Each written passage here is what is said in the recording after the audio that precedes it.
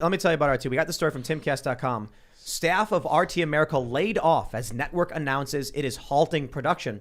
In a memo to its employees, RT America cited unforeseen business interruption events.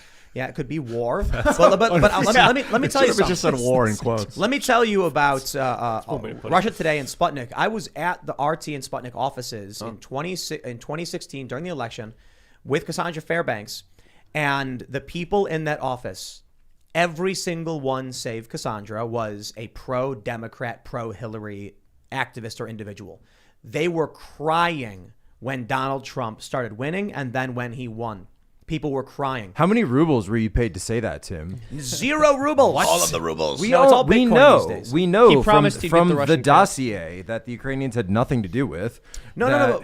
That Russia wanted Trump to win. We know this. Well, you look at the content that RT has promoted, the people they've hired. They're anti-war, anti-establishment, and typically leftists. Like during Occupy Wall Street, people were like, "Oh yeah, RT." Like I knew a ton of people who during Occupy would be like, "You got to watch RT," because they were the ones telling the truth about Occupy Wall Street.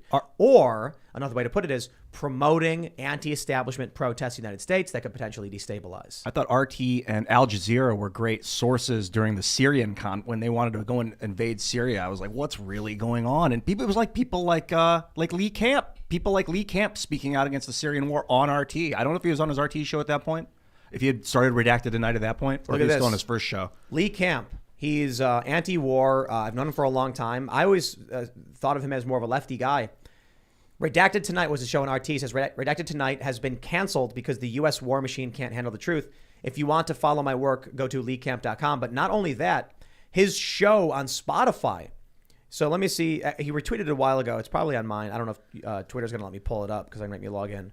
So here we go. His podcast on Spotify has been taken down as well, which is insane because I don't think it had anything to do with oh, come on. Are you going to load or not? Twitter's so stupid. Let me see if I can pull it up again. I don't think his show had anything to do with, there we go, with Russia Today. He says a great deal of anti-war and leftist shows are currently being deleted by Spotify, including my personal podcast, Moment of Clarity.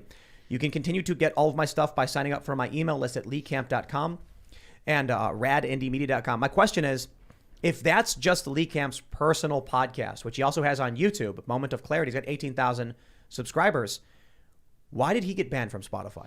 This is irrational fear porn. It's the Russian fear. He was hired by RT? He's an American citizen. RT America. I mean, yeah, technically RT, I guess, is paying his bills, but that doesn't mean they're telling him what to say. Look at this.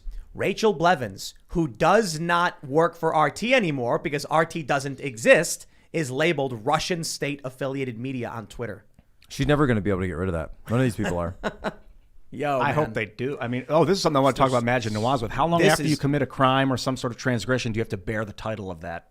Just think about what this means moving forward, the hysteria. Well, when they are labeling people as Russians, what happens if this war escalates? You think internment camps are out of the question? You would be wrong. No, of course not. Especially if, as you said, food's going to get a lot more expensive and the establishment isn't going to say that it has anything to do with their irresponsibility in printing trillions of dollars and debasing our currency.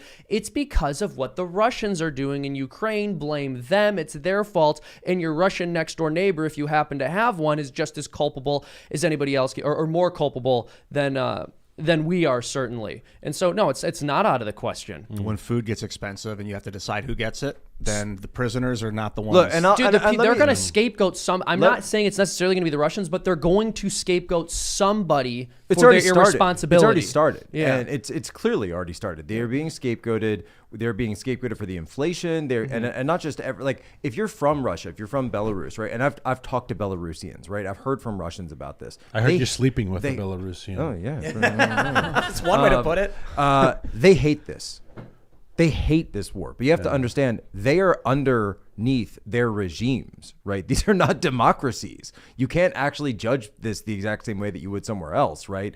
And I don't remember the United States getting completely canceled, every American canceled because of the Iraq war, the Iraq invasion, which was, by the way, yes, a unilateral invasion.